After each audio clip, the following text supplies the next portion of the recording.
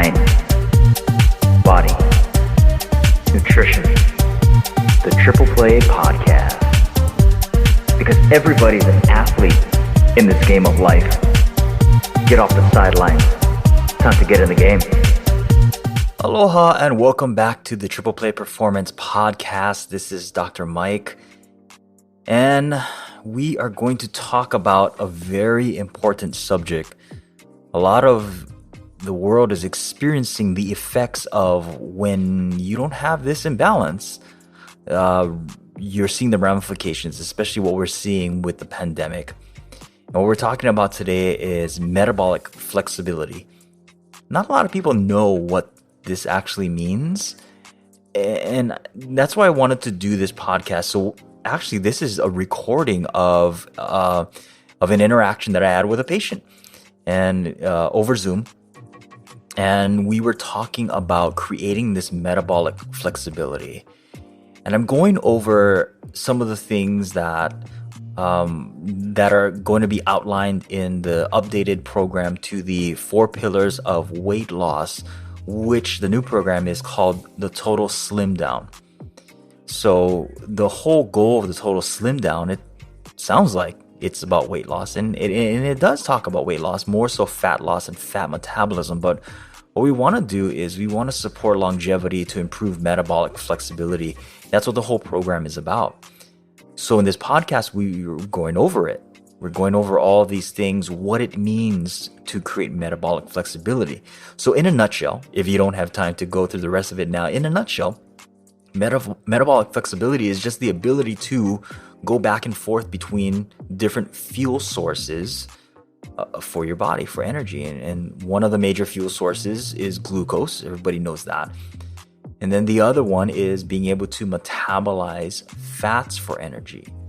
We metabolize proteins fairly efficiently for energy, and we metabolize carbohydrates. But we have a very difficult problem of metabolizing fats for energy. That's why we see so many issues of what we call metabolic inflexibility. So a lot of these metabolic diseases like obesity, hypertension, diabetes, these all have their ties into the metabolic pathways in the body not being utilized properly or pretty much being broken. So that's what we're going to be going over today in this chat that I had with the patient. So take out your notebooks, listen in, and if you got to go back and re-listen to this, do that, because this is a very important thing I want you guys to understand. And this is something that is very important for optimal health and longevity. So let's get kicking. So one of the big things that we got to work on now is improving your body's insulin sensitivity. Because, this goes for almost every single person that's above the age of about 34, 35. What happens during this time is that our bodies start shifting our physiology to where we don't necessarily handle sugar as well as we should, as we did in our youth. Okay, so what happens there is that we tend to actually crave more carbohydrates because our body is becoming less efficient at utilizing it, right? So it's used to having a certain threshold, and if it's not getting into the cells, you're gonna create a neurological signal to crave more of that. So you're going to increase blood sugar even more, which drives the desensitization to it even further.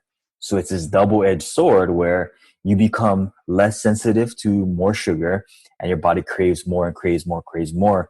So you create this massive divide. Now what happens there is when that blood sugar is not getting into the cells, it stays around in the blood and it becomes actually toxic to the rest of your body. Right, so nerve cells stop working properly. That's why you start seeing your nervous system react even more, right? Anxiety levels, all that kind of stuff. So what happens with all of that is that your body instinctively will drop your blood sugar even more. And that triggers even more anxiety, right? Is when your blood sugar starts dropping. So the biggest thing that we got to do is recondition your body to utilizing less carbohydrates taking in less carbohydrates, and you can function off of less and utilizing more fats for energy in your body.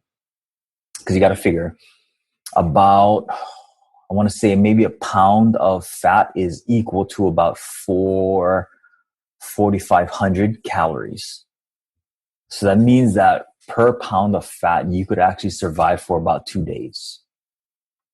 Wow. But what happens is that our bodies become less efficient at switching over to burning fat for energy. Okay. Yeah. So what we got to do is retrain your body.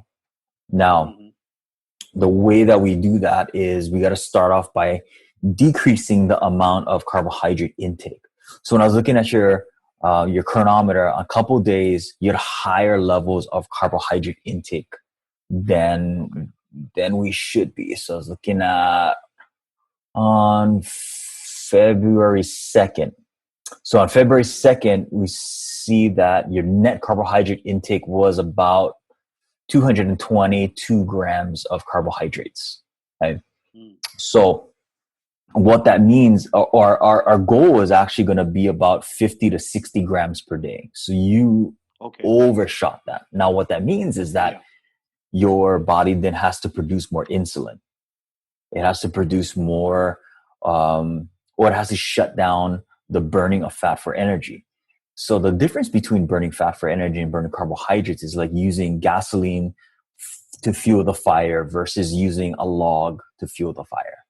Like the log can stay on the fire and burn the fire longer versus gasoline.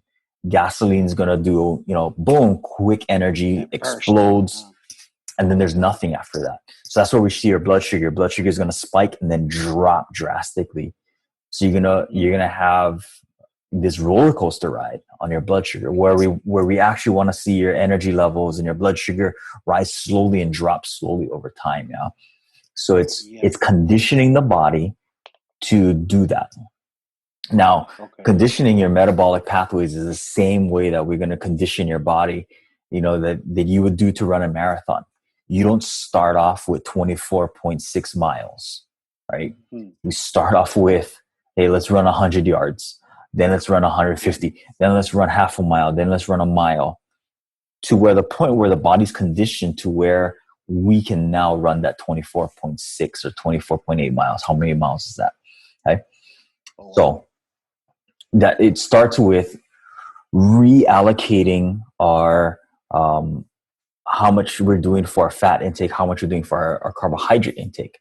And then what we're going to do is we're going to switch it up, right? So some days we're going to do less carbohydrate intake, more protein, more fats. And then some days we're going to do a carbohydrate reload. Okay. Usually what I like to do is we start off where we're decreasing the overall carbohydrate intake. So for you, you're at averaging, let's see, you're doing 200, you're doing about 215, 220 grams. So we're going to start off by cutting that in half. So we're just going to go to 110. Okay. So that's going to be half of what you intake. So that's the beauty of utilizing the chronometer, because that'll tell you and show you, right? That'll show you like, hey, look, here's where you're at.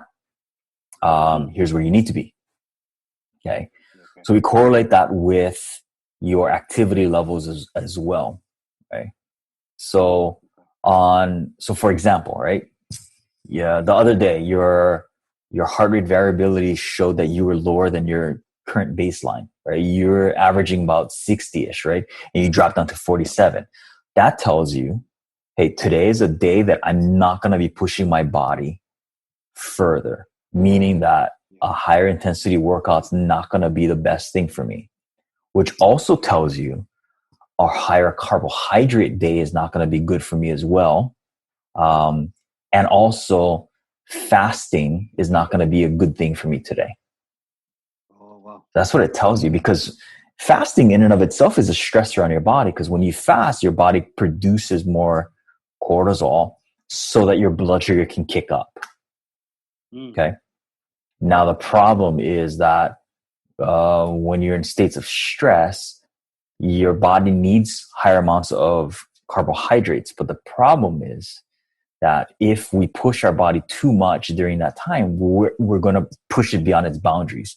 So it's like, you're able to run half a mile, but you ran on and ran 4 miles. The thing that we think is beneficial to our body now becomes detrimental. Wow. Okay. So utilizing all this information is going to give us a greater look into what we need to be doing on a daily basis, right? Because we can tell, we can make a whole plan and say, hey, Lockie, here's what you're going to do. You're just going to eat X, Y, Z.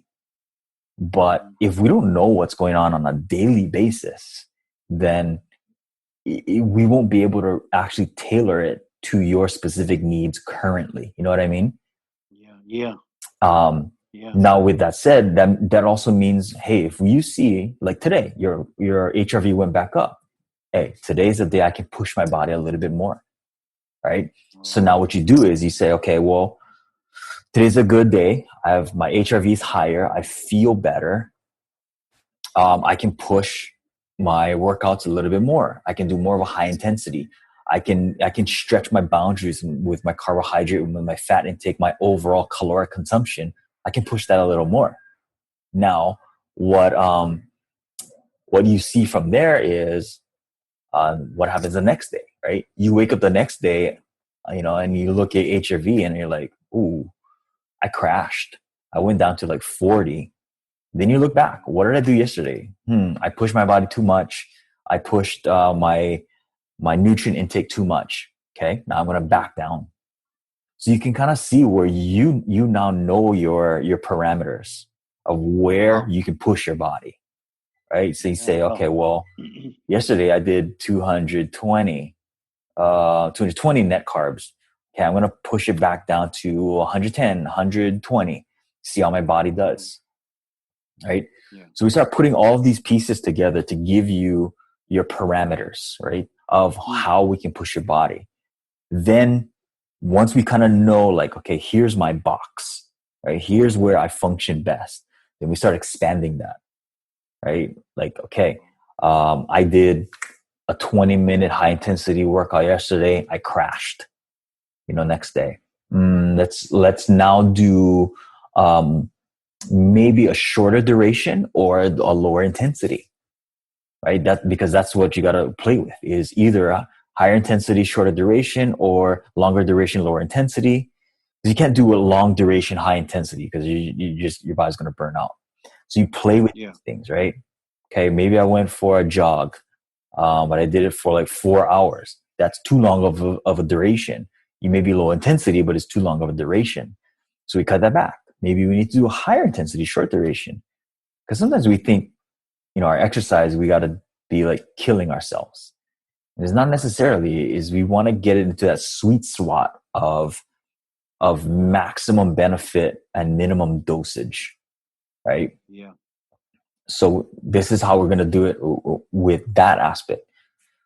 Like you said, yesterday I did a 20-minute high intensity workout. I crashed today. Okay, I'm going to back it off to a 10-minute high intensity workout, or maybe I'm going to do a 10-minute and I'm going to cut back on the intensity. You got to kind of play with it, right? And what we're going to do is you're going to be switching back and forth, and I want to see how your body does with that, right? Oh, okay. So this is a concept of what we call periodization, meaning that you're going to use different periods to shift your body into different states of physiology, right? Your body is very attention deficit disorder like, right? It doesn't like the same thing over and over. It just gets bored. Okay. So just like, if you're speaking on stage, you can't just be monotone, right? You got to keep the crowd engaged. Yeah. Same thing with your body, is you got to keep the body engaged. So you always want to be changing it and shifting it so where it never gets used to something, because then it just tunes out. It just zones out. And then you're like, what the heck happened to my body? It's not listening to me. Yeah. Because you lost its attention. Yeah. Is that like when people, they, like say for instance, they top out, like they're losing weight, right? So they're running every day Yeah, up a hill, and then man, you just you hit see the drastic plateau. improvement. Yep, Yeah, plateau. Is that what happens? exactly. Wow. Yeah, because so the body always wants to reach a state of homeostasis, right? So if it's like, is why this is the other reason why like high level stress people, they have a difficult time going from a level 10 to a level 0 because they function and they've been used to function at level 10. So even if you drop it to a level 7, that's very difficult for their body to function in because they function the best here. But we know that that's not sustainable. It may be a great place to be as far as productivity wise, but it's not Yeah. sustainable. Yeah. It's like, yeah, people can run a marathon and that's great for short-term health, but long-term health is detrimental because you can't Yeah. sustain that. Your post too, when people, like those questions or Q&As, and I screenshot so many Mm. of those, man. But I reference them. But like, it's a trip how so many people, including me, they think like there's this one type of module, you know what I mean, Yeah, that everybody can go. Like, like even me, when I first got with you, I'll ask you, what do you eat? You know what I yeah, mean? Hey, what supplements you take? yeah, Because it's like if I can get in Dr. Mike's cabinet, I'm gonna be straight. yeah, You know what I mean? But it's like, nah, that's not the truth. You know what I mean? So it's like everybody's different. But I always think, man, just tell me what you eat, man. Just tell me what you take. yeah. Like I want to do. Well, how often do you work out? Like, okay, I'm gonna mimic the same hour. So it's totally different, and I'm finding that out. Yeah, It's and good stuff. that's what I always talk about with biochemical individuality, and Yeah. and what people also don't understand with biochemical individuality is that those needs change through the different cycles of the year. It changes Mm. throughout the day, but more so your ages, right? Yeah. So teenage years into your 20s, your lifestyle can be totally different than in your 40s. So what we find is that we try to live in our 40s, 50s, what we did in our 20s and 30s. And they never match up. They always clash because your physiology has changed. You know what I mean? It's like we understand that from a point of, okay, there's a different physiology for a baby and a different physiology for children, but once you hit adulthood, that all stops. It's like, no, your body is constantly changing. Like what you would feed to a baby isn't going to necessarily mesh with a 40-year-old. It's Right. the same thing. Is we got to be shifting um, into our ages. And Yeah. for humans, we go from, as a baby, higher carbohydrate, higher fat, and then we drop as we age into a lower carbohydrate, higher fat, mediocre protein. That's the way that it should be. But what did we do in the 80s is we vilified fat, and the vilification of fat, we replaced it with sugar. And then we saw the Yeah. skyrocketing of obesity and diabetes. So currently there's still this stigma of, well, I need to eat low fat in order to lose fat.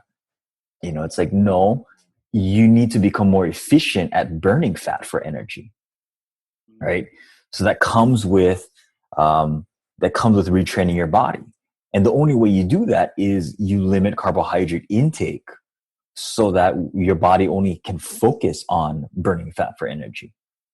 And even that in and of itself has been basically bastardized, because then people say, well, all you got to do is go on a low carbohydrate diet and stay on that. Well, no, because your body doesn't function like that. You cannot survive off of just being on low carbohydrates, because your body's major fuel is glucose. So even if you eat fats and proteins, your body's always going to be making glucose out of that.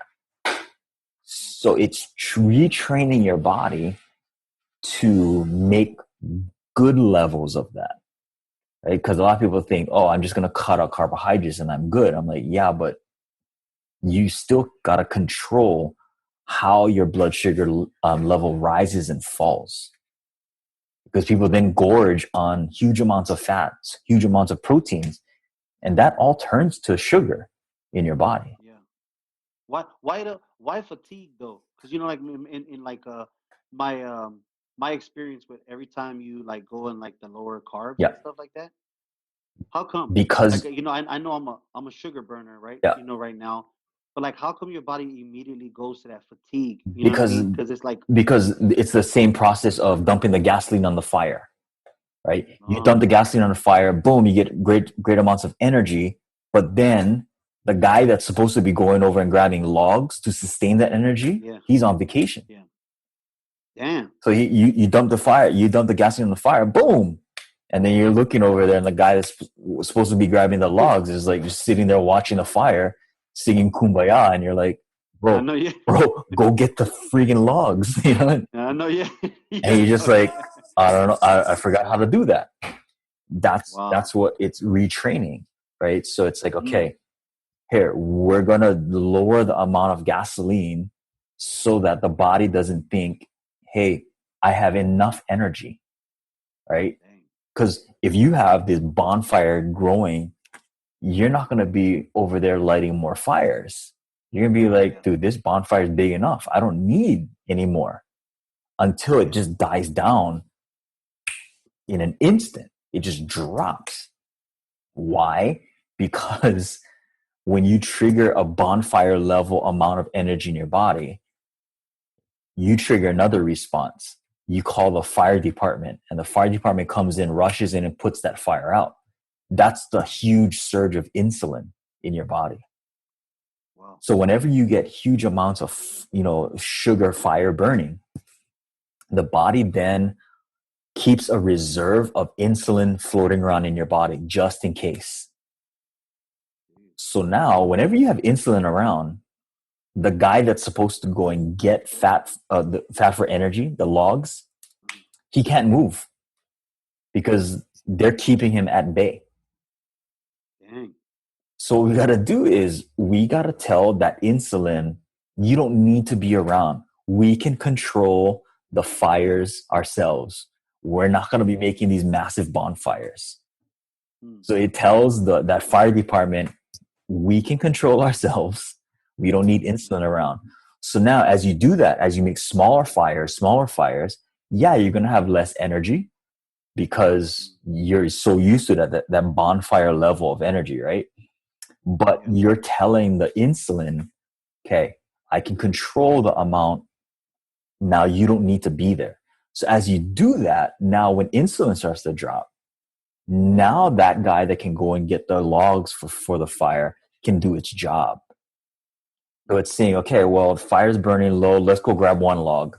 So it grabs one log, boom, puts it on. Now it's like, okay, look, hey, the fire may not be as big as it was with the gasoline, but it's sustained. So now this comes into the concept of, okay, you didn't have a meal in the last 8 hours. Now you prove to your body that you can go 10 hours. wow, What happens to a lot of people is that they try to shift right into that, right? They're like, okay, I've been eating every like 4 hours. Now I'm going to go intermittent fast. The fire drops. So that triggers oh, another response. That oh, wow, that triggers the fire makers and saying, holy crap, our fire just died. Okay. yeah, So to prevent that from the future, what we're going to do is we're going to build a even bigger bonfire. wow, So you build this bigger bonfire and you light that on fire. And what does that do? That triggers the fire department. yeah, put it out, So yeah, so this is the exact opposite way of what you got to do. You got to prove to your body that, okay, I'm not going to let the fire burn to zero. mm, Right? I know how to keep the fire burning. So then you start expanding, like, okay, we went 8 hours, we went 10 hours. And then you start building it in where, hey, the fire's still smoldering, but it hasn't gone out and it hasn't exploded. yeah, Because we we've been such ingrained in our body and our society to have that bonfire level of energy. Yeah. And it's been a false sense because it's all been based upon refined carbohydrate intake. Problem is that refined carbohydrate intake doesn't necessarily translate to that big amount of energy, because whenever you have that insulin around that's protecting your body from crashing and burning, any of that refined carbohydrate intake gets stored as logs. Dang. And you can't utilize them all. So you got the average human actually will have about 6 to 8 months worth of energy stored that they never tap into. Golly. Right? So that's like you being bankrupt and you have like $5 billion sitting in a bank account that you can never touch. Man. And you're just staring at it and being like, well, that's useless. Right? I know. Yeah, right. Like, I have a whole bunch here, but I can't utilize it. So what we're trying to do here is we're trying to educate your body. I'm not going to make that fire burn too bright, and I'm not going to make that fire crash. So we want that level of sustainability, right? So that's why utilizing things like your HRV, utilizing your blood sugar levels, that's going to give us all that information that tells us the fire's not burning too much and the fire's not crashing. Yeah. Right. We want to keep it within those levels. That's why I was telling you, okay, here's our baseline levels of where we want your fasting blood glucose to be. Here's our levels of where we want that glucose to be 1 hour after we eat the meal. Because that 1 hour after we eat the meal shows us, did that fire turn into a big bonfire or not? And then 2 hours, that shows us, did the firemen come along and did they crash the fire? Or are they even on strike? Because that's even worse, is when you got that bonfire burning and the freaking fire department doesn't respond. Oh, man. Because that's when things burn down. Yeah. So that's like end stages of stuff where you eat something and it can be something small, but that sets everything off and your body can't control it. Yeah. So that's how we retrain your body. We want to make sure that your body is set within that narrow range where that fire is not burning out and it's not burning out. Yeah. So you were saying but we know what the blood sugar levels for me, you were saying in the morning, right? When you test it in the morning when you wake up? Yeah. You said a good one was 85 to 90? For you? Yeah. That's our range of where I want you to be at. Okay. More towards the 85. More towards the 85. Yeah. Okay. Yeah. And then 1 hour after the meal, you said 25 points. About 25. Is that what you said? Yeah, you don't want it to rise above 25 points. Okay. 30 is pushing it.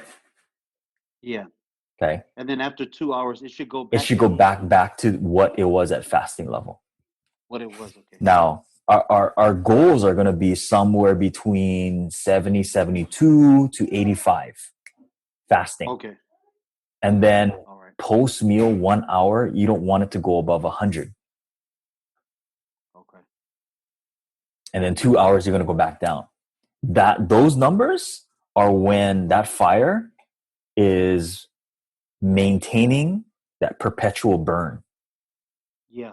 Where it's not exploding and it's not crashing. It's just there. Right. Okay. So this has a lot. Like this has a lot to do with the anxieties, huh? Like with making the body just. Well, yeah, because you got to figure, right? Because your nervous system is reacting to energy levels. At its basis, that's all that it is. Okay. Your body is concerned about conserving and creating energy. This is all like what I just talked to you about, how you're gonna tailor it to your own specific needs. But typically, it's Monday through Friday we're gonna do intermittent fasting, anywhere between a 16-hour to an 18-hour fast. And then on Saturdays you'll do like what's called a refeed day. You're gonna refuel, deplete the glycogen stores of what you refed your body on that Saturday. I mean, these aren't day dependent you're going to do 1 day a week where you're going to do a 24-hour fast. And the reason why we do all this stuff is exactly what I told you, right? We want to train the body to get into a state where it's burning, that, that fire is burning properly. But we also don't want the fire to burn out, and we don't want the fire to burn too big. Yeah. Okay. So that's how I designed it, is to be in that state. And it's color coded. So that it's a red, it's a yellow, and a green day. So a red day means that you're not eating. You're fasting, 24-hour fast. Yeah. The yellow day is a partial fast. So you're eating very minimal amounts in a minimal eating window. And then the green day is when you eat. So it's very simple to remember. Okay. And as far as working out, like, it'll be on the calendar too. It'll be on there too. Okay. It'll tell you on what days to do what. Oh, awesome. Yeah. Right on. And then, like you said, just in case those days is saying like high intensity, but my HRV says different, then do different, right? Yeah. Okay. And it's based upon not necessarily duration, but it's based upon just getting in certain things. Because what we're doing is we're retraining your body to utilize the different energy pathways in your body. So there's four major pathways in your body, and it's dependent upon your intensity of your workouts. So a lot of people think that you got to work out till you're freaking sweating from your head, or you can't breathe. But that has nothing to do with optimizing your energy pathways. So a lot of these exercises, some of them, they may feel like you're dying, and some of them may feel like you're not doing anything at all. Oh, wow. Because some days you're going to be doing sprinting activities, and sprints doesn't necessarily mean that you're going to have to be running sprints. Yeah. So, I mean, you can be on a bike and doing a sprint, but what makes it effective is breaking it up into intervals. Wow. Right? A lot of times we think, oh, I'm just going to go ride or run or walk for like 3 hours. It's like, no, you got to go in intervals. That's how our body is designed to work. So we stress it and then we recover. We stress, recover, stress, recover. It's that stress and recovery that creates that flexibility in your metabolic pathways, creating this flexibility throughout your entire lifetime. And that's the reason. Yeah, when I seen that longevity, I was like, yeah, that's the reason why people die prematurely, is they basically run out of energy. And you look at all the different premature deaths, that's basically what it is. So we want to make sure that your body is efficient at having that fire burn throughout, your entire lifetime. And from a biological standpoint, I mean, we should be at about 100, between 100 to 120 years. That should be our lifespan. I believe it. But every single man-made, route that we're taking decreases our lifespan by about 25%, or even worse. So celery juice can't increase my lifespan, huh? Well, the benefit of celery juice is that you're drinking structured water. Oh, wow! And is that what it is? Yeah, and it's high in sodium. And people are actually, believe it or not, deficient in sodium. Wow. Contrary to what a lot of people or a lot of docs have said, we're actually deficient in it. Jeez. Yeah. Yeah, that's tough. So one last question. Yeah. So like I know there's no like it's for the longevity. This kind of stuff to get your body to switch my body. Yeah. That right there is it's gonna be a task, right? It's gonna be like a process, obviously. Yeah. But like for this, is it gonna help me to the point where, and I don't want this to sound the wrong way, but is it gonna help me to the point where I don't have to like CBD? I'm all for the CBD. I'm all for the calm. I'm all for the L-theanine. You know what I mean? But is it gonna help me to the point where, like, you know what I mean? Like I won't have to like almost lean on that Yeah. stuff so much. You know what I mean? Yep. Because with this, you're training the endocannabinoid system. Oh, awesome. So your body actually should be making its own endocannabinoids. Mm. Okay. There's a really big one called anandamide and another one called PEA. Those are your two major cannabinoids. But that's why a lot of people turn towards marijuana and they abuse marijuana, is because they're so deficient in those. Yeah. So CBD is the bridge, right? CBD oil, I should say. That's the bridge that helps you to do that. But what a lot of people don't do is get their body to where it's metabolically flexible enough so that it can make its own.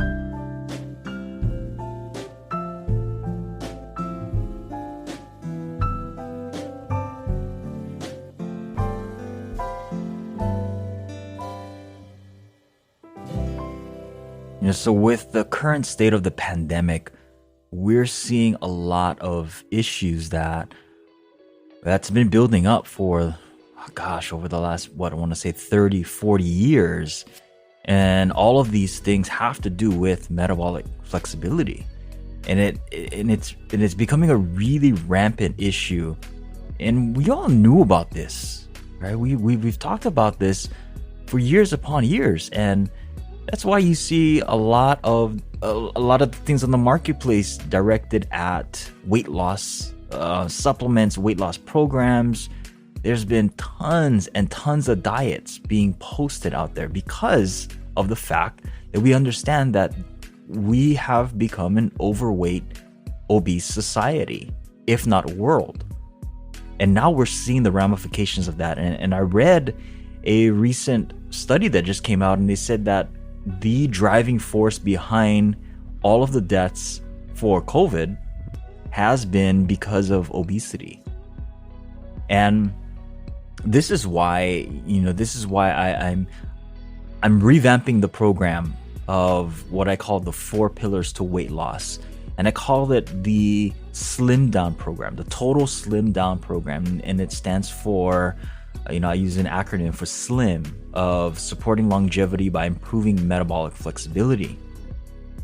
And, there's a lot of truth to improving your body's body composition, by decreasing weight, or I should say decreasing fat, and improving your lifespan. Tons and tons of studies. Everybody already knows that in order to gain health, they need to actually lose all the fat. But the problem has become where we've done it the wrong way. We've only focused on weight. We haven't focused on metabolic flexibility. We haven't focused on improving our metabolic profiles. We haven't focused on the important things that keep our body functioning well. We've only focused on what's being read on the scale. That's the problem that we're facing today. And that's a big reason why I hear of a lot of people saying so-and-so got really, really sick, or so-and-so died, but they were so healthy. And we've misconstrued the idea of what true health is with the idea of, I don't have any symptoms, right? So that's what I wanted to get across in this episode, and kind of expound some of the information of what we're going to be doing, in the upcoming program, or if you're listening to this at a later date of the program, the Total Slim Down. And it'll encompass these aspects. It'll encompass the things that I already taught in the 4 pillars to weight loss. It'll encompass all of the things that I've said before on the different podcasts. But it'll be in a comprehensive program that'll help you to navigate this so that you're not just watching the scale drop. You're not just watching your measurements drop. You're not just watching yourself look better in the mirror. But more so, you're improving how your cells are functioning. And you're improving how well you age, right? And they say that, the leading causes towards all these degenerative diseases is the aging process. And aging in and of itself is classified as a disease. Now, we can't affect our chronological age, but we can affect our physiological, our biological age. And a lot of people are aging way too fast in conjunction to, or in comparison to, their chronological age. Meaning that I've seen some 40-year-olds that have a physiology of a 90, 100-year-old. That is the problem that we're facing today. So that's why I revamped and retooled the 4 pillars of weight loss to really focus on improving longevity and improving your physique, and doing it in a way where you're really creating that metabolic flexibility. Okay. You guys can go to tripleplayperformance.com/weight loss to get a little bit more information about what some of the things that we were doing in the past. Hopefully by the time this comes out, you'll be able to hear an updated video, or I'll just type out some things that'll give an overview of what we're going to be doing in the total slim down program. But you'll be able to get a gist of that from the old videos. So if that's on there, I'm going to take a look. Again, tripleplayperformance.com/weight loss. You guys can register there for the webinar replay and get more of the information there. So again, if you have any more questions, always can find me on Instagram at tripleplaydoc. I do a Q&A every single Wednesday. I put up the box and I answer it on Thursdays. So if you guys have questions, hit me up there. You can also jump onto my website at tripleplayperformance.com. Sign up for my newsletter. You can get my free shopping list. I also have an ebook on perfect digestion that you guys can get there as well. Tons and tons of ways to dive into and getting more information about how to keep your body healthy. And that's my mission, to help you to get, your best body so that you can elevate your consciousness. So again, this is Dr. Mike from the Triple Play Performance Podcast saying be well and aloha. Hey, if you've enjoyed this podcast, leave us a 5-star review. Connect with me on Instagram at tripleplaydoc. Stay tuned for more episodes. Tell your friends, tell your family, tell the entire world. Till the next episode, be well and aloha.